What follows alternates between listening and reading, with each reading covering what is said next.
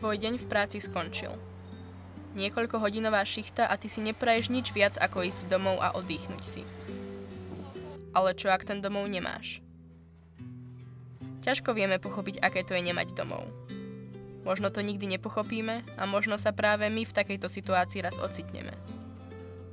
Traja mladí študenti medzinárodnej školy LIV v Bratislave sa rozhodli tomuto problému priblížiť a prežiť 2 týždne na ulici.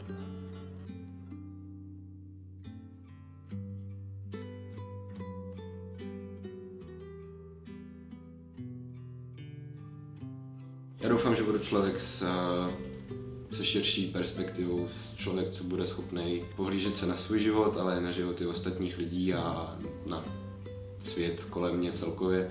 A daleko s větším rozhledem než teďka. Budu najednou moc nahlížet úplně na jiný životní příběhy, jiný zkušenosti, jiný životy. Na konci, že tím pádem budu vidět daleko líp, jaký může život být a jaký svět je. A budu líp znát i svoje místo v tom světě. Budu si ho víc vědomý. Nemyslím si, že budem schopná povedať po tej experience, že viem sa na to pozrieť ako bezdomovec, lebo stále si podľa mňa treba uvedomovať, že rovnako ako sme sa teraz bavili, že sme dostali vysvetlenie, ako sa správať alebo čo robiť a nejaký trošku coaching, tak to tí ľudia v podstate nikdy nedostali. A rovnako ja som tam 2 týždne, oni tam žijú niekoľko rokov. A rovnako ja stále mám tú rodinu doma, ja stále mám tých kamarátov, mám ten akože reálny svoj život, ktorý je mimo tej ulice, ktorý oni proste nemajú. Hej, že ja sa tam môžem akokoľvek tváriť a akokoľvek sa snažiť do toho ponoriť, tak si nikdy nemyslím, že to reálne tomu úplne porozumiem. Tak samozrejme neočakávam, že sa budem sprchovať 2-krát denne. Nie, že by som...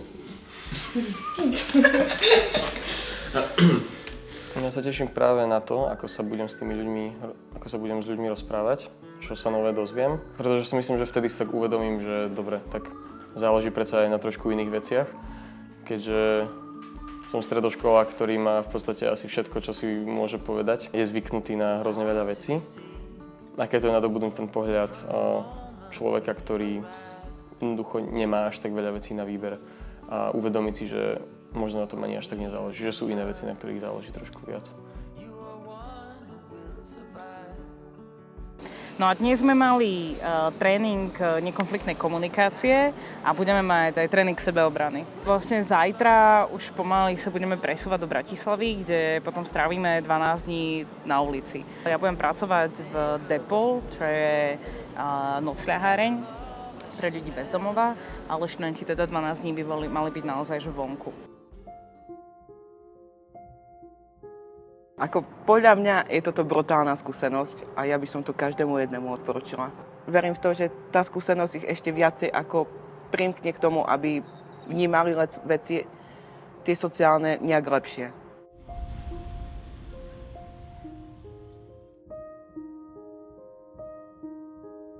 Celá táto komunita je hrozne individuálna a ja predtým som si hovorila, že samozrejme nechcem ich škatulkovať, nie sú to proste, hej, jední bezdomovci, ale prirodzene to každý človek robí, že oni sú proste hrozne braní akože masa bezdomovcov, ale oni sú, každý jeden z nich úplne individuálny človek, ktorý má hrozne iné dôvody, prečo tam je a hrozne iné dôvody, či sa odtiaľ chce dostať alebo nechce, inú motiváciu a inak vnímať ten svoj pobyt na tej ulici. Ja som prišla a samozrejme som tam už poznala nejakých ľudí, lebo som tam mala svojich kamarátov z Depolu, takže sme sa pozdravili, pobavkali, neviem čo.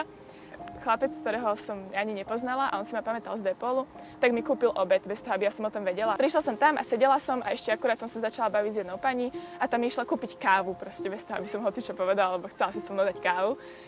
A tak som sa nejak tam s nimi bavila a tak a zrazu som mala pocit, že sa hrozne akože zmenila nálada v tej miestnosti.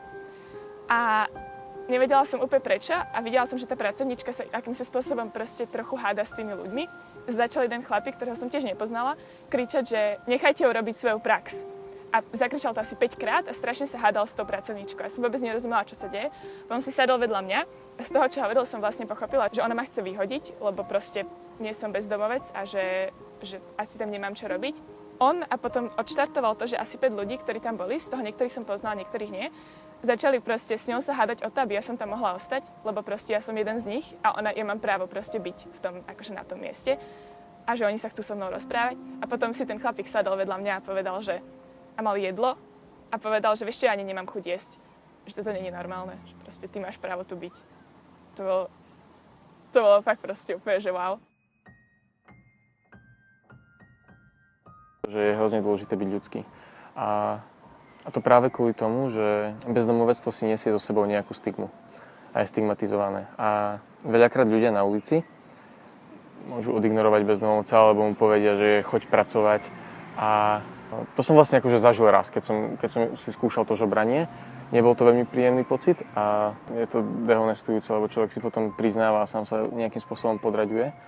Mnohokrát si ten človek vytvorí mienku o sebe, že jednoducho je niečo menej. A toto je to, čo veľakrát možno, že robíme aj my na ulici podvedome.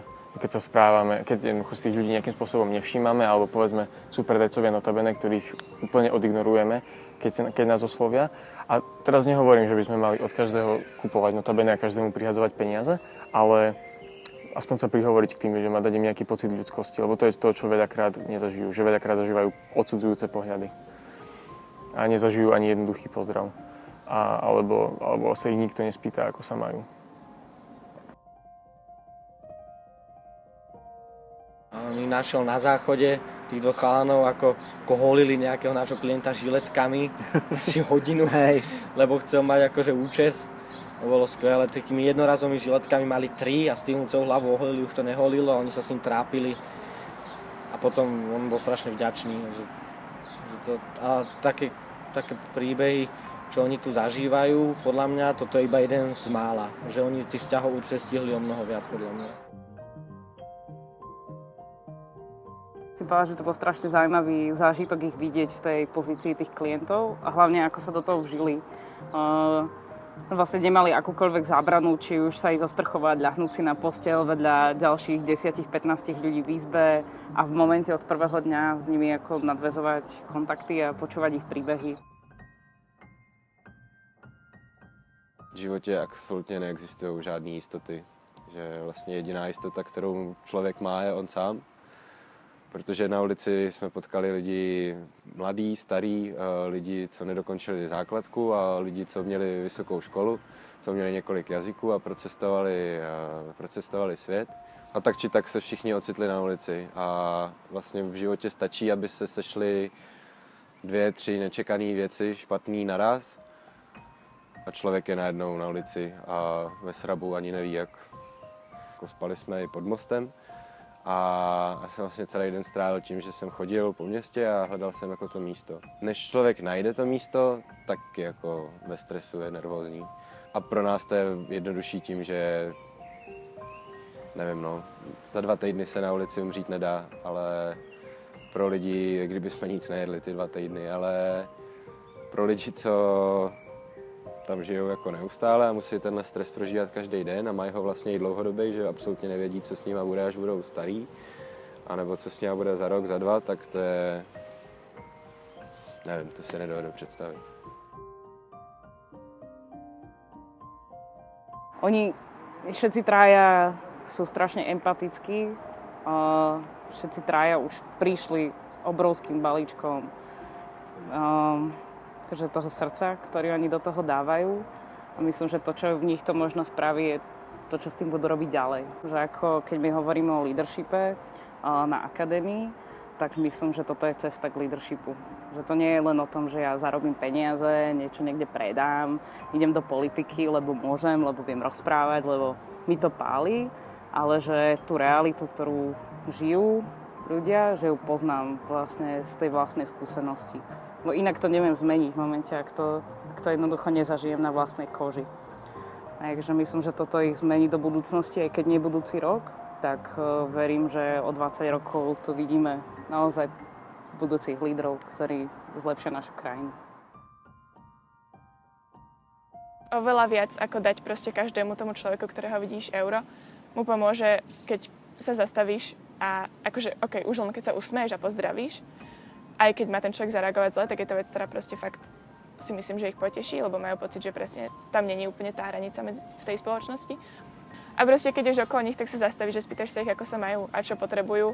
A nemusíš im dať peniaze, ale dáš im, ja neviem, proste vreckovky, alebo im dáš, hej, akože detol, alebo proste im uvaríš polievku a dáš im polievku, hej, že to nie sú tí ľudia fakt často viac ako tie peniaze potrebujú tie reálne veci, alebo to, aby si ich ty vnímal, že majú nejaké potreby a že tiež sa chcú rozprávať. Ja som si úplne prvý deň, keď sme boli vonku, tak som si sadla k jednému chlapíkovi, ktorý očividne bol bezdomovec na lavičke. A spýtala som sa ho, iba som sa ho fakt otočila, spýtala som sa, či sa chce porozprávať. A on bez toho, aby mu to prišlo divné, aby nič, sa na mňa otočil. A prvá vec, ktorú povedal mi, bolo, že vieš čo, ja som bezdomovec, som hrozne dlho na ulici, je to strašne ťažké. A teraz išiel a mal proste 2-hodinový monológ. Že tí ľudia fakt iba potrebujú niekedy, aby ich niekto počúval a aby ich niekto mal rád. Vlastně až zarážející, kolik toho, je to klišé, ale kolik toho člověk má, aniž by o tom přemýšlel, že vlastně já, když přemýšlím do budoucna, tak se, nevím, stresuju v úvozovkách nad tím, kam půjdu na univerzitu a kde budu jednou bydlet a kde budu jednou pracovat. Ale co třeba jako člověka nikdy nenapadne, je zamyslet se nad tím, co bude za 20 let jíst a jestli bude mít střechu nad hlavou.